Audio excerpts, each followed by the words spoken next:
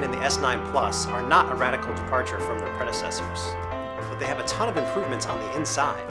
Are these now the best Android phones on the market?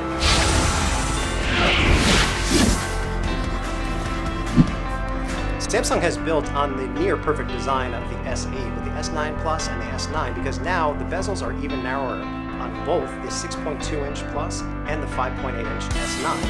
And what we like about this is now you're getting a big screen and something that's a little bit more compact.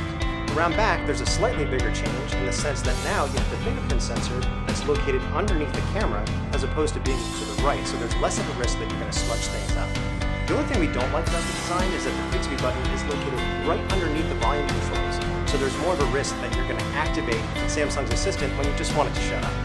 By far, our favorite feature of the S9 and the S9 Plus is the all-new camera because it lets in up to 28% more light than before, and you're going to see the results in shots like this. So our friends right here, without a flash, punchy colors even with a little bit of light, really great detail. Even when you're in a completely dark bar, you can make out the bartender in the back. The coolest camera feature is definitely super slow-mo and slows things down to 960 frames per second, and you're still getting HD resolution, and it makes everyday activities absolutely dramatic. The camera is even smart enough to know when action is entering the frame, and it kicks in. Augmented reality is a big area of focus for Samsung with the S9 and the S9 Plus, but that focus is a little bit fuzzy because the execution is not where it needs to be. A good example of that is AR emoji. It's not as accurate as the true depth sensor on the iPhone X. The animation is a little bit uneven, and it doesn't really map your facial expressions the way it should. But I like the idea that you can share some of your gifts out to your friends via the keyboard through a lot of different apps. More practical features of AR include the ability to translate signs or see how many calories are in that snack you're about to eat.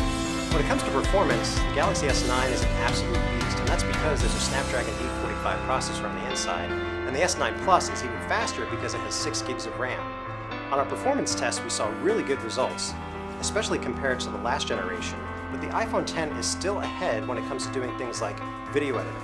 But to be sure, you're definitely not going to see lag when you're doing things like playing games or streaming videos. If you're wondering how long your fun is going to last, you'll be pleased to know that the S9 Plus lasted close to 11 hours on our web surfing battery test. That's a little bit better than the iPhone X, but behind the Pixel 2 XL. There's a lot to like about both the S9 Plus and the S9. You're getting brighter displays, stereo speakers, and faster performance. We especially like the low-light camera and the super slow-mo video. The AR stuff definitely needs more time in the oven, but overall, both of these are top-notch Android phones and give you a lot for your money. Make sure you go to tomsguide.com to see our full review of both phones. This is Mark Spooner.